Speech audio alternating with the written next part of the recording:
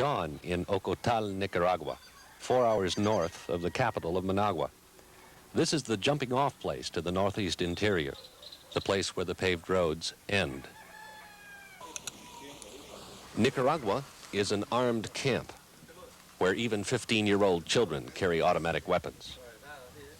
Ocotal is on the edge of no man's land. If you get here after 4 in the afternoon, you're not allowed to go farther. No one can guarantee your safety.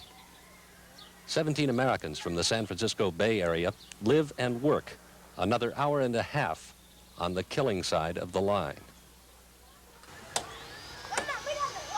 This is Humuica, a refugee settlement the Americans are helping to build.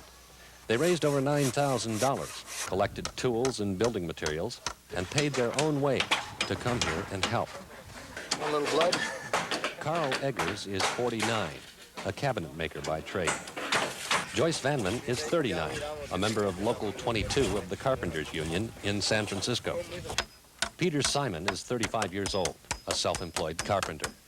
It's a real opportunity to use our skills in a way that really directly serves the people. I mean, we're here building houses for people who have no place to live because of the war, so that feels really good. By American standards, the 50 houses being built here aren't much. One room for the entire family, and a separate kitchen area with a simple wood-burning stove. But to refugees who have lost everything, they're home. De todas maneras, uno que estando en tu casita, en que sea una casita chiquita, pero ya está tranquilo. The Bay Area carpenters, their 300 sheets of roofing material and 10,000 pounds worth of hand tools ended up in Nueva Segovia province. This is a war zone. The border with Honduras is just 12 miles away, over those hills behind me. Honduras is the staging area for the forces known as the Contras, the army that is trying to overthrow the Sandinista government of Nicaragua. The Contras cross the border into Nicaragua every day. From their vantage point in the mountains, the carpenters have heard the pounding of mortars, the staccato blasts of gunfire. A week ago, the road from Ocotal was mined. A civilian truck driver was killed. The danger here is real. I think I've mostly been just surprised by the terror that I have felt, too, in the night and that I've sensed in the people here from the Contras. And I knew what existed before, but to actually be here and to sleep here and to be with the people and feel that with them is quite different, you know.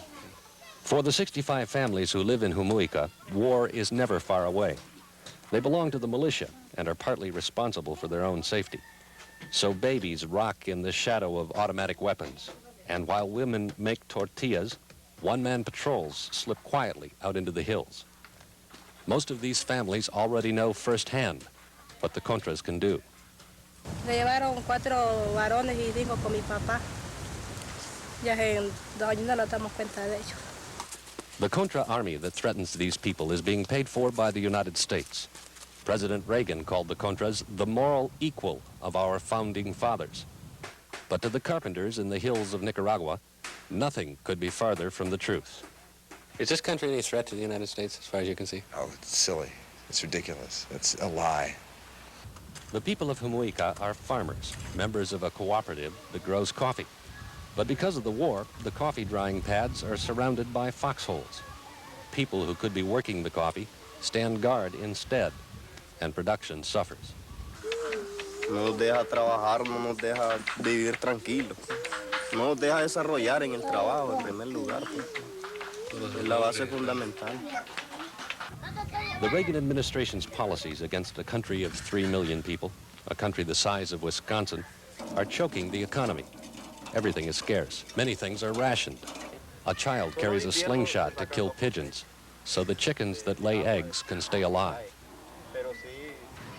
Many people here are angry and blame the Sandinista government, but there is still a strong nationalist feeling.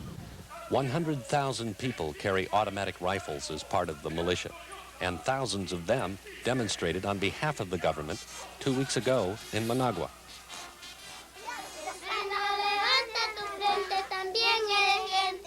And in the hills of Nueva Segovia, in places like Humuica, the children sing a song that says, "Campesino, raise up your banner.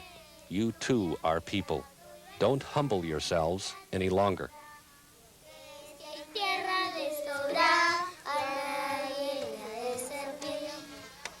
12 miles from the border with Honduras, the American carpenters have confirmed for themselves what they believed about this war.